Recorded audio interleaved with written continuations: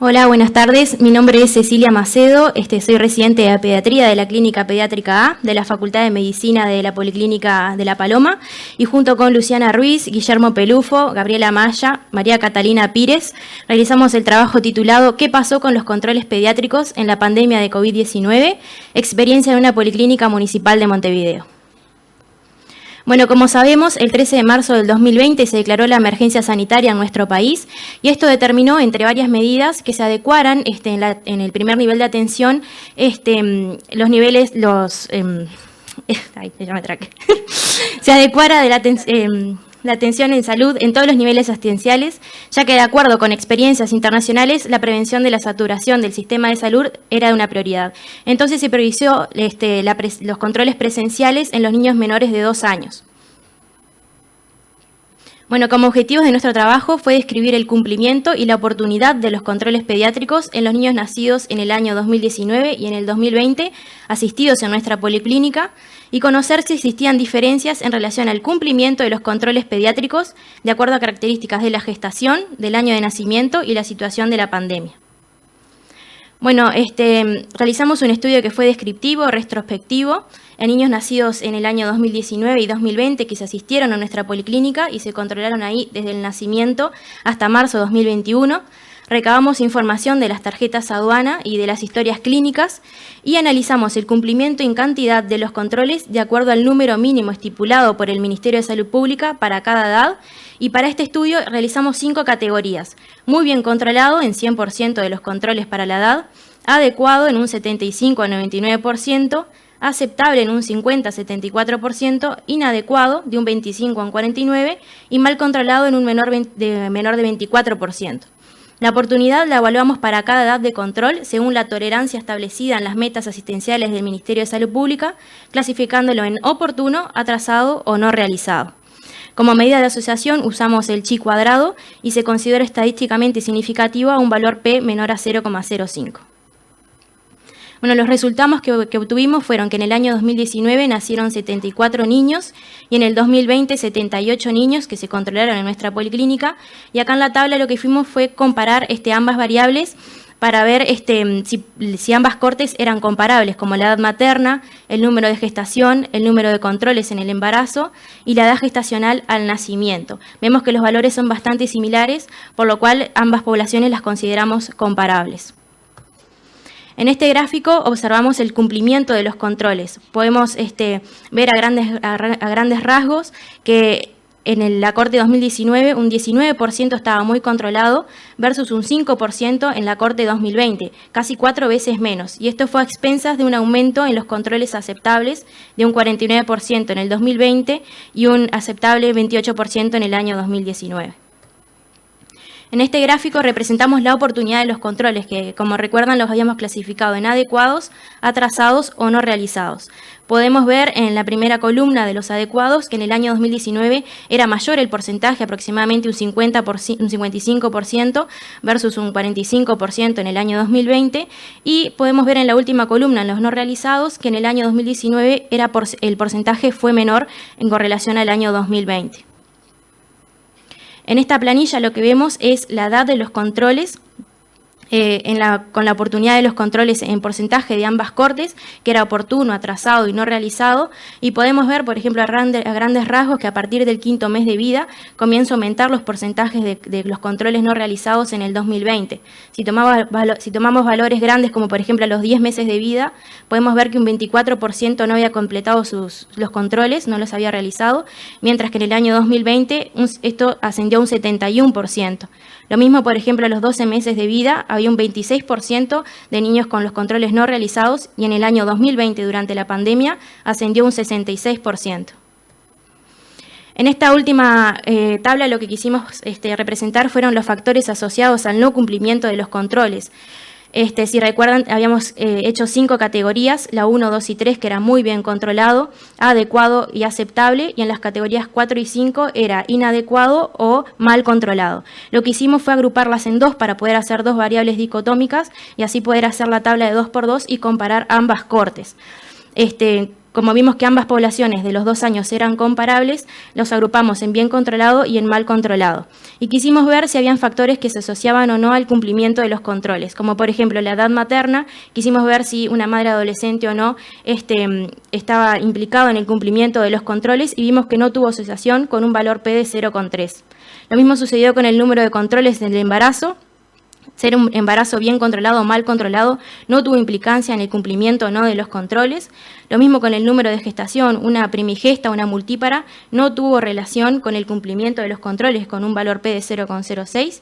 Y en cuanto a la edad gestacional al nacer, podríamos tener un valor significativo, pero vemos que nuestra población de prematuros fue muy pequeña, 6 bien controlados y 5 mal controlados, por lo que no le dimos relevancia a este valor. En el acorte 2019 pudimos analizar los controles prepandemia y durante la pandemia, y vemos que durante prepandemia del total de los controles que deberían haberse realizado en la policlínica con valor absoluto, vemos que 371 realizaron los controles, que es aproximadamente un 80%, y eso descendió durante la pandemia a 215, que es aproximadamente un 60%.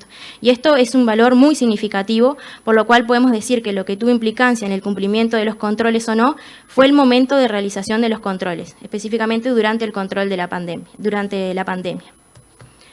Bueno, para concluir, podemos decir que el cumplimiento de los controles pediátricos fue superior en los nacidos en el año 2019, aunque tenemos que destacar que en ambas cortes se vio un elevado porcentaje de niños con menos del 50% de los controles para su edad, 21% en el 2019 y un 24% en el 2020. Esto es muy importante para nuestra policlínica, ya que podemos ver que con o sin pandemia, menos del 50% de los niños no tenía correctamente los controles. Y el único factor de los estudiados que se asoció al no cumplimiento de los controles fue la realización de los mismos durante la pandemia de COVID-19. Muchas gracias.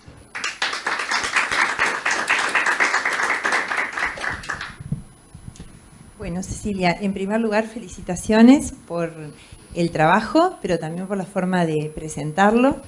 Estuvo muy bien, estuvo muy sencilla, muy descriptiva. Y bueno, en realidad, la verdad que me parece excelente, es la única forma de mejorar un servicio, realizar estudios de evaluación de los procesos, que fue lo que ustedes hicieron a través de este estudio. Y más que un comentario, me gustaría hacerles una pregunta, porque creo que el resultado de encontrar que hubieron menos controles en cantidad y bueno, y todas las variables que tienen que ver con la situación de la pandemia, es algo que no nos llama la atención, que ocurrió en todos los prestadores, pero como tú mencionaste en las conclusiones, creo que el dato más relevante y sobre el que, bueno, a mí al menos me parece que hay que poner más cabeza para pensar es el porcentaje de pacientes que previo a la pandemia y durante la pandemia no tenían el número adecuado de controles. Entonces me gustaría saber qué pensaron los autores y sobre todo los autores que están en terreno, sobre cuáles podrían ser estrategias para modificar eso, que sé que es una de las partes bien duras y difíciles, ¿no?, de modificar. Y lo digo porque, bueno, seguramente que cuando se pensaron las metas prestacionales, en donde se establecieron controles fijos para los niños, sobre todo en los primeros años de vida, claramente que esas metas tienen más importancia para esta población, que justamente es la que más cuesta lograr los resultados esperados, también porque quizás son los prestadores que menos control tienen como institución sobre esta variable, ¿no? Entonces, ¿qué han pensado ustedes como forma de modificar esos resultados y que quizás los puedan presentar en el próximo congreso? Ahí está. Nosotros, en realidad, la policlínica estuvo abierta para los controles menores de 2 años de forma presencial. No hubo no se cerró la policlínica para ellos, y los motivos por los cuales no concurrieron a los controles quizás fue por parte de los padres por miedo, también por alguna situación económica, pero en realidad quizás las intervenciones que habría que hacer a futuro es bueno, quizás comunicarse directamente con los padres y informarles de la importancia de la concurrencia al control, además de las otras variables. Bueno, muchas gracias. Yo pensaba en que quizás estrategias en donde estuvieran involucrados otros actores, que no fuéramos necesariamente los médicos, pero bueno, pensando junto con los trabajadores sociales y otros actores, el no esperar esta población que venga al centro, sino, bueno, que los profesionales de salud podamos ir a los domicilios como una estrategia que, no sé, cuando leía estos resultados, de verdad que creo que es algo que uno lo intuye, pero ustedes lo pudieron demostrar. Así que felicitaciones. Muchas gracias. Bueno, gracias a todos.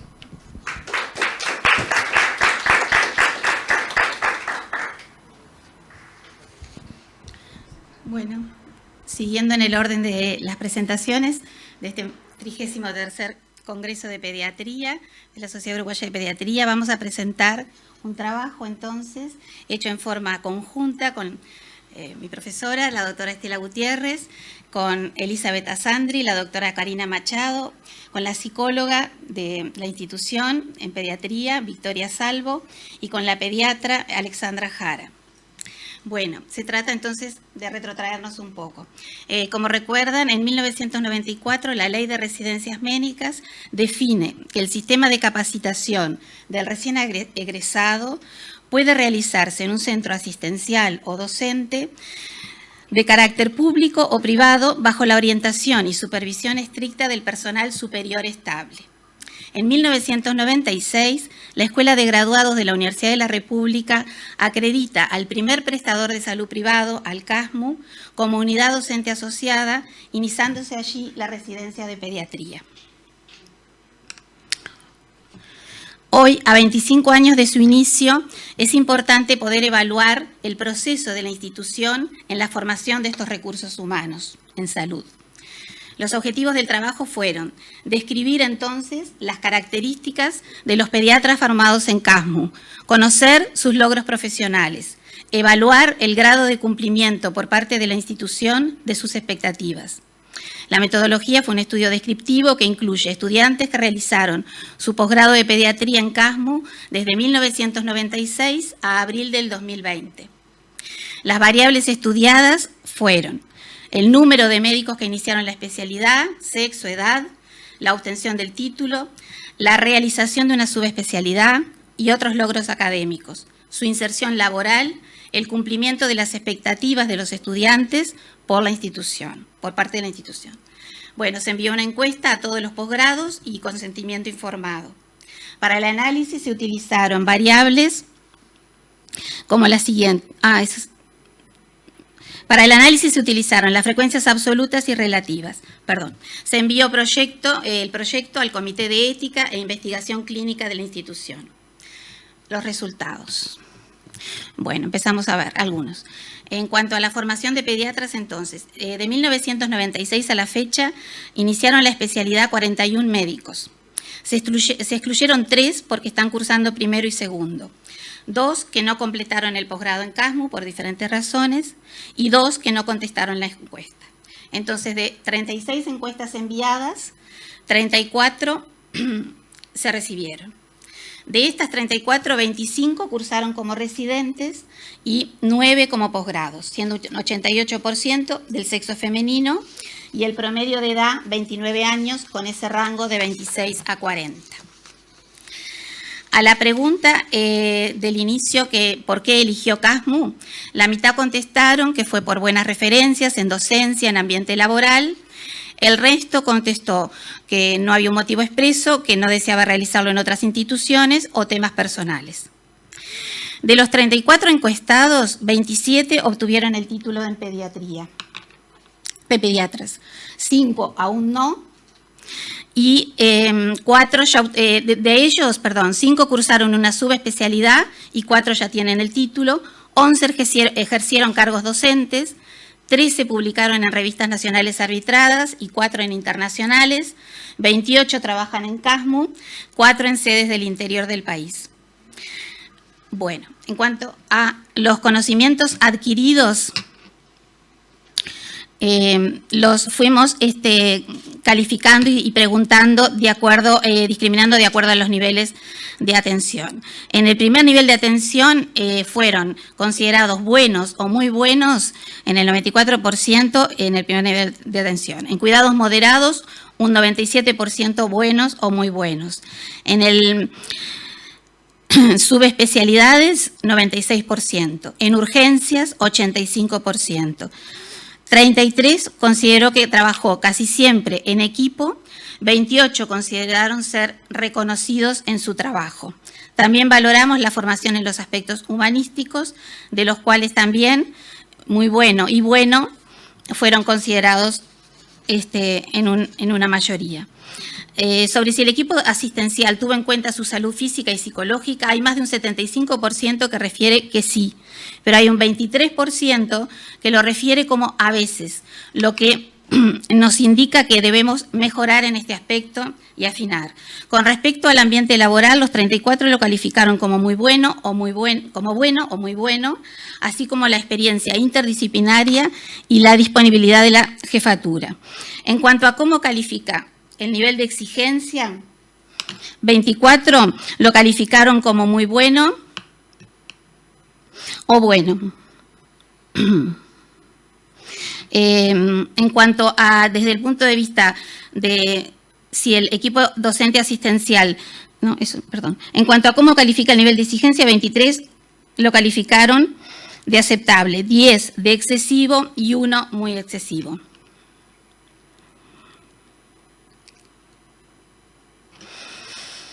Sobre la pregunta si adquirió en forma global la residencia trascendió los aspectos académicos en su vida profesional, el 95% contestó que sí. Destacó los aspectos humanísticos, el trabajo en equipo y el vínculo entre colegas. Sobre cuál es el grado de satisfacción con la realización del posgrado en CASMU, los 34 manifestaron estar satisfechos con realizar allí el posgrado.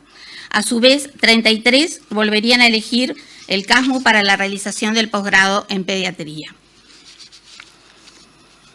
Bueno, el nivel global del cumplimiento, ¿cuáles son nuestras conclusiones?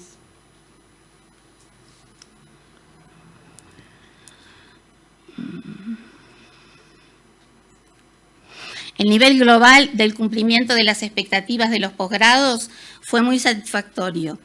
En cuanto a la valoración de las competencias adquiridas por los pediatras que se formaron en la institución, creemos que hay que tener en cuenta los resultados en la formación profesional, académica, en los logros profesionales y en los aspectos humanísticos destacados por ellos. El conocimiento de estos datos nos permitió evaluar las fortalezas y las debilidades aún presentes en la formación de recursos humanos en pediatría. De esta manera, creemos que este estudio contribuye a la mejora continua de la formación de recursos humanos en pediatría.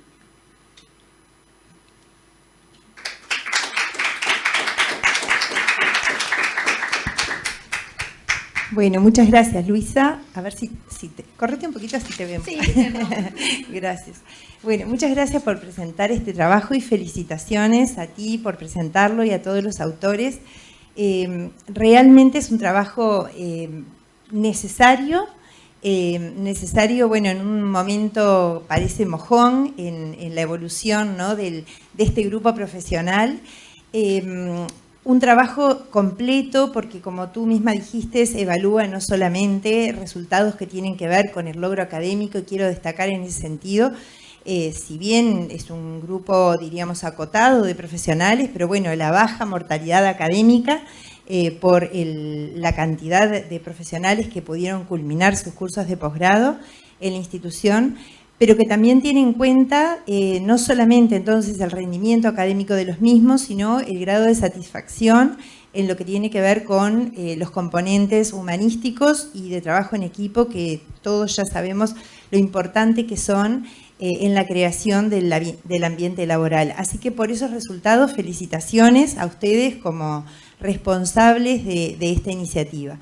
Pero a mí me parece que este trabajo pone también el acento en otros dos aspectos que me parecen muy relevantes, y uno es que contribuye a la equidad, porque habitualmente la enseñanza de la medicina y de las especialidades ha estado ligada en mayor incidencia a los lugares, a las instituciones públicas donde se asiste las personas más vulnerables de nuestra sociedad. Y claramente que eso es una inequidad, es una injusticia.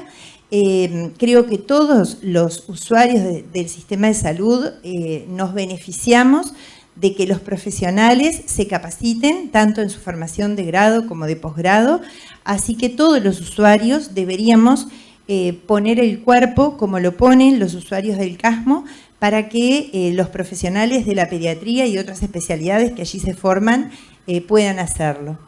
Y entonces, viendo estos excelentes resultados, con los cuales, bueno, sinceramente quiero felicitarlos, creo que esta experiencia tiene que servir también como ejemplo y como puerta para poder dar un paso más en esta apertura como escenario de enseñanza.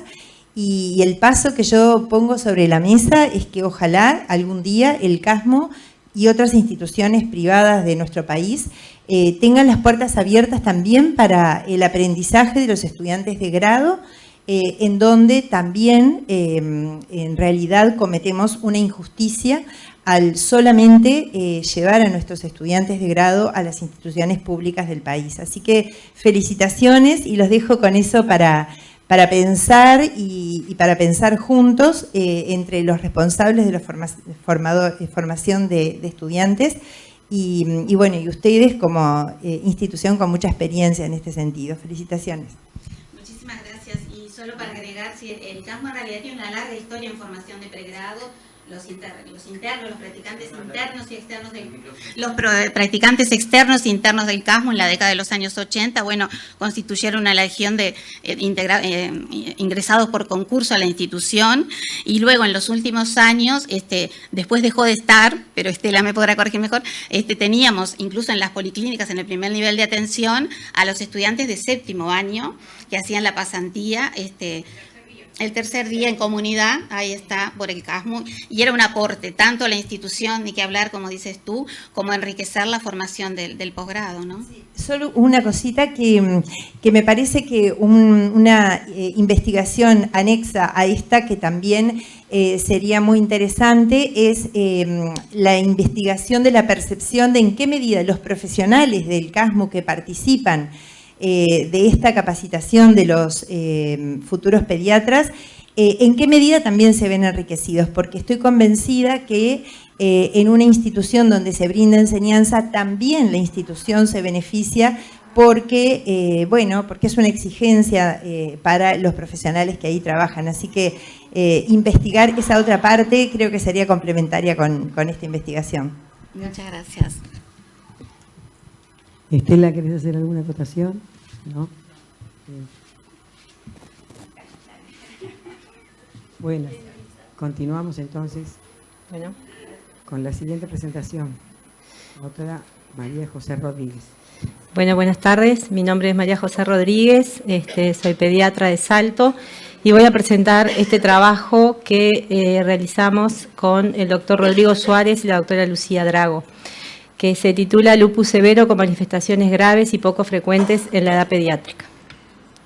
Como introducción, brevemente, el lupus eritematoso sistémico es una enfermedad inflamatoria crónica, multisistémica, de origen autoinmune, cuya tanto la prevalencia como la incidencia exacta son desconocidas. El lupus pediátrico constituye el 20% de los casos del lupus en su totalidad, predomina en el sexo femenino, es más grave y con mayor carga de morbimortalidad que el lupus de adultos. El diagnóstico de lupus es eminentemente clínico, si bien contamos con criterios, ¿verdad?, que tienen criterios clínicos y paraclínicos. Actualmente han cambiado mucho los criterios de lupus en el correr de los años. Actualmente utilizamos los criterios del SLIC del 2017. que tenemos 4 criterios, de los cuales uno tiene que ser clínico y uno por lo menos inmunológico, y que entonces así se confirma el diagnóstico de sospecha por la presencia de autoanticuerpos e hipocomplementemia. Requiere un alto índice de sospecha para lograr su diagnóstico precoz, así como acceso rápido a la adecuada evaluación por el especialista. Es muy importante destacar que en el lupus el inicio precoz de un tratamiento personalizado, efectivo e intenso es imprescindible para lograr una rápida remisión clínica, eliminar los síntomas y minimizar el daño acumulado por la actividad de la enfermedad y los efectos adversos vinculados al tratamiento. Bueno, el objetivo de este trabajo fue presentar 2 casos de lupus pediátrico con afectaciones inusuales, poco frecuentes, que llevaron a verdaderas dificultades diagnósticas, afectación grave y desafíos también terapéuticos. El caso 1 es una escolar de 9 años de sexo femenino que tenía un CEP vigente, con vacuna antineumocóxica 23 valente y antigripal. Tiene un lupus diagnosticado a los 6 años, que es verdad la superposición entre lupus y artritis idiopática juvenil, en tratamiento con hidroxicloroquina, prednisona, metotrexate y ciclosporina, manteniendo una enfermedad activa a pesar del tratamiento inmunosupresor, con una hipocomplementemia, los anticuerpos anti-DNA positivos, anticardiolipinas positivos, y en la clínica esa persistencia de la enfermedad activa estaba dada por fiebre y úlceras orales que aparecían en la evolución. Para eso, para valorar la actividad de la enfermedad, utilizamos los criterios del EDAI, que esto da un puntaje de 7, una actividad moderada, a pesar de ese tratamiento inmunosupresor, ¿verdad?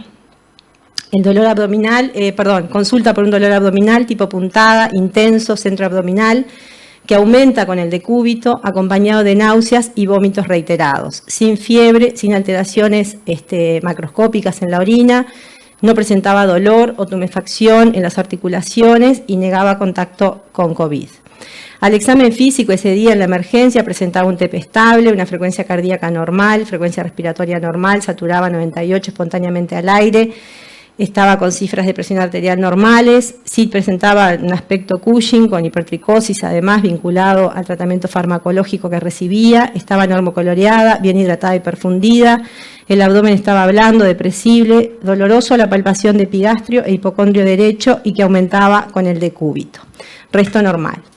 Ese día en la emergencia se plantea, bueno, el diagnóstico, ¿verdad? Un cuadro agudo de abdomen con ese dolor abdominal en esta paciente que tenía un lupus, y con esas características del dolor se plantea si se podía estar frente a una pancreatitis aguda de etiología autoinmune, por lo cual se solicitó para clínica, que mostró un hemograma funcional hepático, función renal y glicemia normal, una PCR negativa, una milasemia que vino francamente elevada con cifras de 758, anticuerpos, anti-DNA positivos y C4 descendido, con un examen de orina en ese momento que mostraba una proteinuria negativa, no tenía hematuria y tampoco la presencia de cilindros. Se plantea con esa milasemia el diagnóstico de pancreatitis aguda autoinmune y se solicita un ataque de abdomen que evidencia páncreas aumentado de tamaño, con alteraciones en la densitometría y líquido peripancreático en la gotera parietocólica derecha y una vesícula biliar sin litiasis, que nos ayudaba a descartar que esa pancreatitis fuera de etiología litiásica.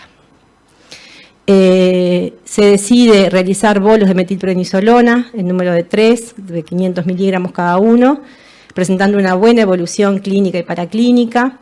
Luego de los bolos de metilprednisolona permanece con prednisona a altas dosis, con descenso posterior, y se decide iniciar, debido a esta alta actividad de la enfermedad, micofenolato, 360 miligramos cada 12 horas, mantener el metotrexate que venía recibiendo, porque era una niña que presenta también, como ya dijimos, artritis, y iniciar los trámites para biológicos, ¿verdad? Para iniciar rituximab, que se consiguió por recurso de amparo en junio de 2021. La niña recibió 4 dosis de 375 miligramos superficie corporal semanal, presentó una buena respuesta clínica, logrando la remisión de la enfermedad luego del tratamiento con rituximab, con anticuerpos anti-DNA negativos en la evolución, complementemia normal, con un C4 normal que hacía aproximadamente un año que siempre venía mostrando C4 descendido.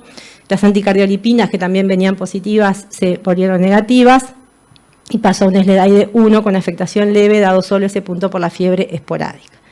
En la grafiquita esa ahí mostramos cómo la evolución, ¿verdad?, luego de los bolos de metilprednisolona, lo que confirma el planteo de que fue una hepatitis autoinmune. El caso 2, pancreatitis. El caso 2 es un adolescente varón de 12 años con un CEP vigente, previamente sano, sin antecedentes familiares a destacar, que comienza un mes previo con artralgias y mialgias generalizadas, acompañado de un síndrome febril prolongado y repercusión del estado general con un adelgazamiento aproximado de 5 kilos. No presentaba síntomas respiratorios, no presentaba dolores óseos, no tenía alteraciones urinarias ni lesiones en la piel. Refirió una ingesta de tisanas, de un té, de carqueja y menta, pero no otros tóxicos. Había roedores en el domicilio y refería una semana previa al inicio de este cuadro baño en el río Uruguay. Al examen físico, este niño se nos presentó con un mal aspecto general, un aspecto tóxico, estaba febril con 38 grados 2, saturaba 98, la piel estaba sana, sin lesiones, la hemodinamia estaba estable, el abdomen normal. Adenopatías presentaba en cuello, axilares e inguinales, pero eran pequeñas, de 1 centímetro, móviles. Y a nivel osteoarticular tenía dolor a la movilización activa de miembros inferiores, pero no constatamos tumefacción ni otros signos fluxivos a nivel articular. Se realiza en la emergencia una tirilla de orina que mostró una glucosuria positiva con un hemoglucotés normal y una proteinuria positiva en la tirilla que luego fue evaluado por un examen de orina. Los planteos con este niño al ingreso fueron, que era un adolescente de 12 años con un síndrome febril prolongado que asociaba una repercusión general y esa historia de mialgias. Planteamos por frecuencia, ¿verdad?, en la edad pediátrica, la etiología infecciosa por ser de Salto, si podía, y tenía el baño en el río Uruguay, si podía ser una leptospirosis que explicara esto. También nos planteamos si podía ser, frente a ese síndrome febril prolongado, una leishmaniasis, enfermedades emergentes en realidad en nuestra ciudad. Y como diagnóstico diferencial, si podíamos estar frente a una etiología inmunológica, un lupus, ¿verdad?, justamente por esa alteración, afectación renal, o frente a una nefritis tubulointersticial por tóxicos, por esa ingesta de té que a veces también puede explicar esta clínica. ¿Tá? Entonces, se pidió laboratorio extenso, como está ahí, traté de poner lo más claro posible, pero del laboratorio vamos a destacar algunas cosas.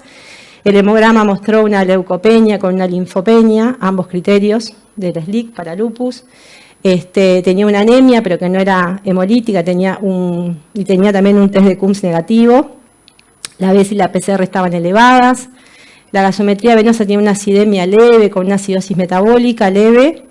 El examen de orina tenía una glucosuria con proteinuria, pero que era baja, 0,3 gramos días, con un índice PRUCRU de 0,25.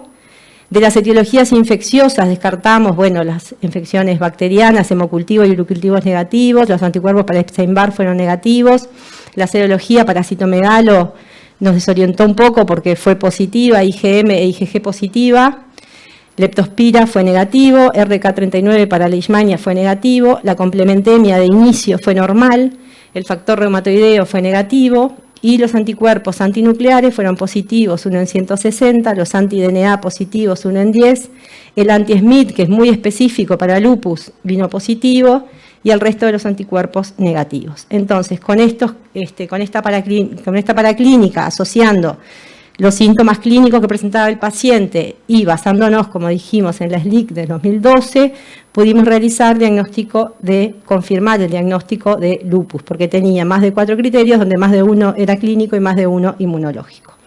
Y le dimos una actividad de la enfermedad moderada con SLEDAI de 10. Durante la internación, estando internado este niño, agrega alucinaciones auditivas, incluso intenta hacer un intento de eliminación y instala, al otro día de que le dijimos que tenía confirmado el diagnóstico de lupus, el eritema malar, que hubiese sido más fácil si lo agregaba antes, pero bueno. Y ahí con las manifestaciones, ¿verdad?, neuropsiquiátricas, con las alucinaciones, que podemos interpretarlo como psicosis, ¿verdad?, lúpica, que da 8 puntos para el SLEDAI, y el eritema malar aumentó a un SLEDAI de 20, que lo clasifica como un lupus con actividad de la enfermedad severa. Con el diagnóstico de lupus, este niño se inicia la hidroxicloroquina, 200 miligramos día, que sabemos que baja la mortalidad a largo plazo y mejora el pronóstico de estos pacientes. Prednisona, 1 miligramo kilo asociado a vitamina D y calcio, entra en apirexia a las 24 horas, pero ahí es cuando agrega a las 24-48 horas, los síntomas que ya dijimos, y ahí se decide el traslado al centro hospitalario Pereira Rosell, que lo habíamos coordinado para que lo viera en policlínica, hecho el diagnóstico, bueno, ahí se deriva de urgencia por la clínica de lupus neuropsiquiátrico, se realiza una angioresonancia de cráneo que es normal y se inician bolos de metilprednisolona, que se realizan 3 también, y luego se agrega micofenolato y también metotrexate al tratamiento con corticoides que ya había sido iniciado. Este niño se mantiene en un seguimiento interdisciplinario con reumatólogo infantil en la Policlínica de Nefrología y con psicólogo y psiquiatra infantil. Presenta una buena adherencia a los controles y al tratamiento. En este momento está asintomático y con un laboratorio normal. Como conclusión, el lupus pediátrico es poco frecuente y presenta alta morbimortalidad tanto en el debut como en la evolución. La pancreatitis lúpica es poco frecuente, con una incidencia anual reportada de 0,4 a 1 caso cada 1000 pacientes con lupus y más frecuente en el lupus de inicio en la niñez.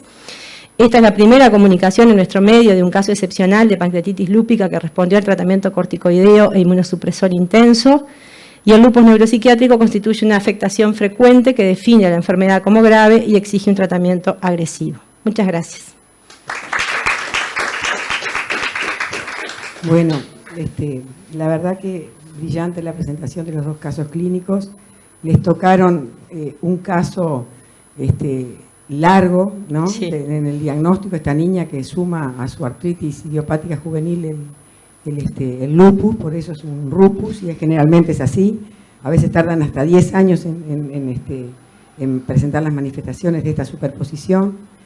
Y un niño con un diagnóstico, el segundo, con el neurolupus, un diagnóstico realmente muy, pero muy rápido de este niño, ¿no? Porque un síndrome febril prolongado y algunas cosas hicieron diagnóstico de lupus y lo empezaron a tratar. Desde el ingreso se planteó. Desde el ingreso, así que felicitaciones por eso, porque no es fácil llegar a estos pacientes así. Muchas gracias. Yo tenía que, un poquito hablar eso del lupus y del laboratorio del primer caso, el complemento, ¿cómo estaba? Descendido. Descendido. C4. C4, estaba de C4 descendido. C4 de 6, 7. Eso es lo que mantenía. Está. Así que eso tomaba ese criterio. La pancreatitis, que es muy rara, pero perfecto en haberla planteado. Podía haber sido una pancreatitis de cualquier otra causa, pero bueno, en el contexto del lupus. Es más, a veces nos han llamado porque la pancreatitis aislada, sola, que uno ve una pancreatitis en un niño, sobre todo en un adolescente, una de las causas, cuando no es claro que sea una pancreatitis biliar, es claro que hay que estudiar el lupus, ¿no? Así que inmunológica, eso es claro, pero también, muy bien. Sí, aquí no había habido traumatismo, porque en pediatría la otra etiología de las pancreatitis, ¿no? Que sea traumática, no había mediado ningún traumatismo previo, no tenía litiasis. Y era una paciente que tenía el lupus, así que... Sí. Además una niña muy la conoces. Sí, súper cuidada, sí. Realmente. El rituximab está excelente porque es de las series que hay de lupus, el tratamiento generalmente nos basamos en los de adultos, porque de niños hay muy pocas comunicaciones al respecto, pero bueno, está perfecto el tratamiento con el rituximab y ahora sigue con el micofenolato. Sí. Si volviera a tener un empuje, esta niña se puede hacer más adelante rituximab de vuelta, sí. ¿No? El asunto es que en este país el rituximab lo conseguimos muy difícil, porque está, pero si no lo compran las instituciones no lo tenemos, no está como prestación para los niños en el fondo, si bien está como prestación para los adultos con artritis reumatoidea que no mejora. Es decir, entonces se puede usar ahí el rituximab. Sí, en este caso la institución, porque es de una institución privada, no se consiguió por la institución y fuimos a recurso de amparo y se consiguió y la verdad que fue bastante rápido, en un mes ya lo teníamos. Sí. Y bueno, y con respecto al segundo caso, que es realmente un enfermo muy grave, yo creo que nunca fue moderado este niño, porque bueno, de acuerdo al SLEDAI, que es este score que hay para clasificar la gravedad del paciente en realidad, porque el SLIC es para clasificar para catalogar el daño, que eso es fijo, una vez que está para siempre. El SLEDAI es un score que nos sirve para ir viendo al paciente cada vez que lo vemos, o por lo menos cada 3 meses. Yo creo que este niño, porque hay quienes dicen que hasta 8 sí. Es moderado, y después, pero tenía 10, para mí, otros dicen hasta 12. Hasta 12, pero yo encontré 2. Sí. Encontré 12 y 6 como punto de corte. Claro, porque está el SLEDAI y el SLEDAI LK, 2K. Entonces, pero creo que este paciente es un paciente grave de entrada. Después con lo neuropsiquiátrico era severo seguro. Con el neuropsiquiátrico es un paciente gravísimo, porque la mortalidad de los neurolupus es alta, es decir, es una de las causas de muerte de estos niños, ¿verdad? Más allá de la infección y a veces la no respuesta al tratamiento, por la propia enfermedad, por el propio empuje. Pero bueno, felicitarlos de vuelta por esto del síndrome febril, rápidamente descartadas las causas infecciosas, hemato-oncológicas, todo lo que pensamos primero, pensar en la enfermedad inmunológica está perfecto. Tuve buena profesora. Y yo, una pregunta le voy a hacer a la alumna, ¿por qué eligieron de entrada siempre, a pesar de que es un lupus, y un neurolupus grave, ¿por qué eligieron micofenolato y no le hicieron bolos de ciclofosfamida? Bueno, ese tratamiento se indicó en el Pereira Rosell. En realidad no está Rodrigo. No vino Rodrigo ni Lucía, no pudieron venir, pero fueron ellos los que indicaron ese tratamiento. Pero sí, es la otra opción terapéutica. Es la otra opción, y a veces cuando un neurolupus, y lo aprendí de mis maestros también un neurolupus, hay que jugársela a veces pienso que el tratamiento, la ciclofosfamida, no hay que tenerle miedo, y es un varón, bueno, nunca tuvimos problemas con respecto a la fertilidad, ¿no? ¿Verdad? Pero yo le hubiera hecho ciclofosfamida a un neurolupus. Y otra cosa, que a pesar de que la imagen fue normal, también se le podría haber hecho un PET con los positrones para ver si hay captación anormal, que a veces, bueno, que se puede hacer acá en Montevideo sin ningún problema. Pero bueno, me parece excelente, y bueno, y que los niños están bien, que eso es lo más importante de todo. Felicitaciones de vuelta. Muchas gracias.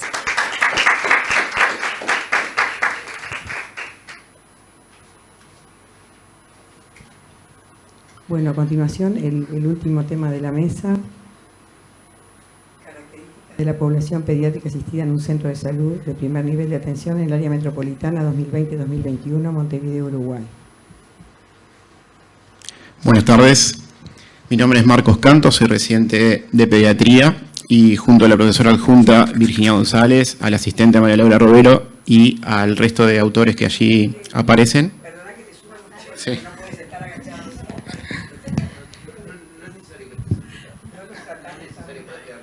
Ahí, perfecto.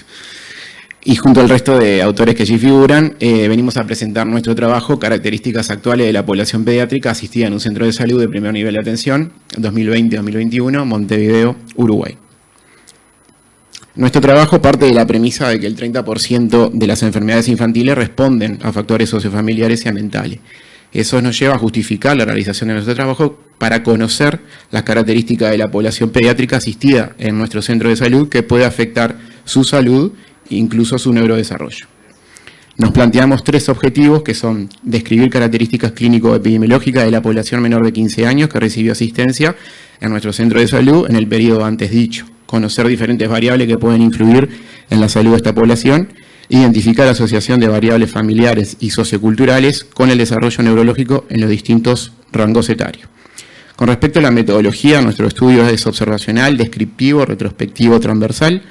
Obtuvimos una muestra aleatoria que nos quedamos con el 15% de los menores de 15 años que consultaron entre el 1 de octubre de 2020 y el 31 de marzo de 2021 en Piedras Blancas, Montevideo. La fuente de datos fue una lista de pacientes que fue aportada por registros médicos del centro de salud y también la historia clínica en formato papel, electrónico y por vía telefónica. Los criterios de inclusión fueron el consentimiento, asentimiento telefónico y de exclusión el no contacto telefónico. Las variables que incluimos son cualitativas y cuantitativas y rondan en la ficha patronímica y los antecedentes que habitualmente interrogamos en los controles en salud en pediatría. El registro de datos fue en una planilla diseñada para tal fin, sin identificación de los pacientes, llenada por los autores del estudio, garantizando así la confidencialidad y el secreto profesional. Los resultados de las variables cualitativas y cuantitativas discretas los expresamos en frecuencias absolutas y relativas y de las cuantitativas continuas en medidas de tendencia central y de dispersión. En algunos casos utilizamos algunos gráficos adecuados. Los estadísticos que utilizamos para asociar variables fue chi cuadrado, exacto de Fisher, mid-p exacto. Y el nivel de significación en todos los casos fue 0,05. El programa para procesar los datos fue EpiInfo versión 7.2. El estudio fue avalado por el Centro de Salud, por la RAP-ACE, por la Clínica Pediátrica B y aprobado por el Comité de Ética del Pereira Rosell. Con respecto a los resultados, en ese periodo de tiempo se asistieron 2.826 pacientes, la muestra nos dejó con 426, quedaron incluidos 263 y excluidos 163. La media de edad fue 4 años, el rango fue de 5 días a 14 años y 11 meses, y los menores igual a 5 años fueron el 69%. En la tabla 1 tabulamos el sexo y otras variables vinculadas a antecedentes de los pacientes y queremos destacar que el 83% están bien controlados, el 91% presentan un C vigente, el estado nutricional es adecuado en el 85,4%, el desarrollo es normal en el 84%, están escolarizados el 56% y la repetición escolar o licial asciende al 20%. En la tabla 2 jerarquizamos variables vinculadas a los antecedentes perinatales, donde destacamos que los controles prenatales estuvieron presentes en el 90% de los embarazos. El consumo durante el embarazo no es lo más frecuente, pero cuando estuvo presente, el tabaco y la pasta base de cocaína eran las sustancias más consumidas. Sí encontramos una asociación estadísticamente significativa entre el consumo durante el embarazo y el no control del mismo. Bien, y de la situación habitacional destacamos que la vivienda es propia en el 56% de los casos, son ocupantes en el 7,5% de los casos, y viven en asentamiento en un 23%. El 13% de los hogares no percibe transferencias económicas estatales y el 83% de los hogares no percibe intervención de equipos en territorio. Esto sumado a que los hogares son dirigidos más probablemente por madres, padres desempleados o con trabajo informal. La violencia doméstica en el hogar fue declarada en el 15% de los hogares y hubo asociación significativa con el consumo de sustancias psicoactivas del padre y o madre. No hubo asociación significativa con las alteraciones del neurodesarrollo de nuestros pacientes. Con respecto a la discusión, la mayoría de los pacientes eran menores de 5 años y eso es entendible en que durante la pandemia se priorizó esta franja etaria. Esto conllevó a un adecuado control y un set vigente en la mayoría de los pacientes y esto nos habla de accesibilidad al sistema de salud. Con respecto al sobrepeso y la obesidad, las cifras de nuestra población objetiva son inferiores a las nacionales. Con respecto a la escolarización, en niños y adolescentes hubo un 20% de repetición. Eso nos lleva a tener que profundizar en las causas, detectar e intervenir. Y con respecto al nivel educativo de madres y padres, son menor que las cifras nacionales. Las drogas psicoactivas en el plano gestacional conllevan a menor control prenatal, a nivel postgestacional a mayor probabilidad de violencia doméstica. Las madres y los padres son en general adultos jóvenes, sanos, con trabajo informal y hogares monoparentales. Viven con mayor frecuencia que la población general en asentamientos. Y bueno, en nuestro estudio encontramos 2 debilidades. La número 1, una pérdida del 38% de la muestra inicialmente calculada. Esto tuvo que ver con el cambio de teléfono, que es un fenómeno frecuente en nuestra población objetivo. Y la número 2, con la pérdida de datos en muchas variables, que esto tiene que ver con que son muchas veces datos sensibles que la gente no quiere declarar o simplemente al desconocimiento por parte del entrevistado. Como conclusiones, estamos frente a una población con alta vulnerabilidad socioeconómica. Eso nos tiene que llevar a acercar las ayudas existentes, evitar, combatir la violencia doméstica, el uso de drogas psicoactivas, estimular el trabajo formal y la educación. Hay un buen vínculo con el sistema de salud, eso hay que aprovecharlo para implementar las estrategias de prevención y promoción de salud, y hay que continuar investigando la epidemiología de la población objetivo porque estas son situaciones dinámicas y tenemos que desarrollar estrategias que sean eficaces para el momento histórico de la población. Muchas gracias.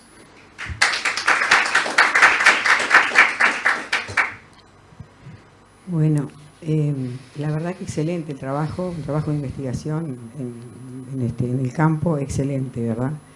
Una pregunta que te quería hacer al principio de todo, en la primera diapositiva, que el 30% de las enfermedades infantiles están... ¿Qué podrías explicar un poquitito más de esto? Claro, eso es una premisa teórica previa, o sea, la bibliografía destaca que en las enfermedades infantiles el componente ambiental está determinando en el 30% de los casos, de las enfermedades en general. Como por ejemplo... enfermedades de herencia multifactorial, estamos hablando del sobrepeso, la obesidad, los trastornos nutricionales, que son de las cosas que se ven, la alteración del neurodesarrollo. Perfecto, bárbaro, bueno, muy bien. Está muy completo el trabajo en cuanto a todas las variables que se estudiaron. Lamentablemente nos llama la atención el alto consumo de drogas que hay, ¿no? Eso, sobre todo a mí que soy vieja, me parte esto por el medio, ¿no? Y el bajo nivel educativo de los padres, pero de los buenos resultados que se obtuvieron es que a pesar de la pandemia y de toda la problemática social, tienen un buen control en salud, ¿no? E inmunizaciones. No sé si está la profesora por acá, bueno, Katy, pero a pesar de todo, 90 y algo, 92% de inmunizaciones, ¿verdad? Completas. Y el porcentaje de neurodesarrollo adecuado también en el 93% de los niños también es como que, a pesar de todo, desde la primera premisa que pones en la definición al principio, en la primera oración, eso está muy bien. Yo lo que quería preguntar es si pensaron en hacer comparable con otras poblaciones este trabajo, ¿verdad? Para ver si hay trabajos, o saber si hay trabajo sobre ello, sobre ese dato, sobre todo del neurodesarrollo. Si han pensado, o sería bueno plantearse hacer con otras poblaciones comparativo de esto. Bueno, y después que también solo el 7% de los niños está expuesto a violencia, ¿no? En esos hogares de los niños que tienen trastornos de conducta, y el 7% trastornos de aprendizaje, que también eso es un dato importante y es bajo para todo el contexto Bueno, ¿querés decir algo más sobre eso? Bueno, muy bien, felicitaciones. Gracias. Gracias.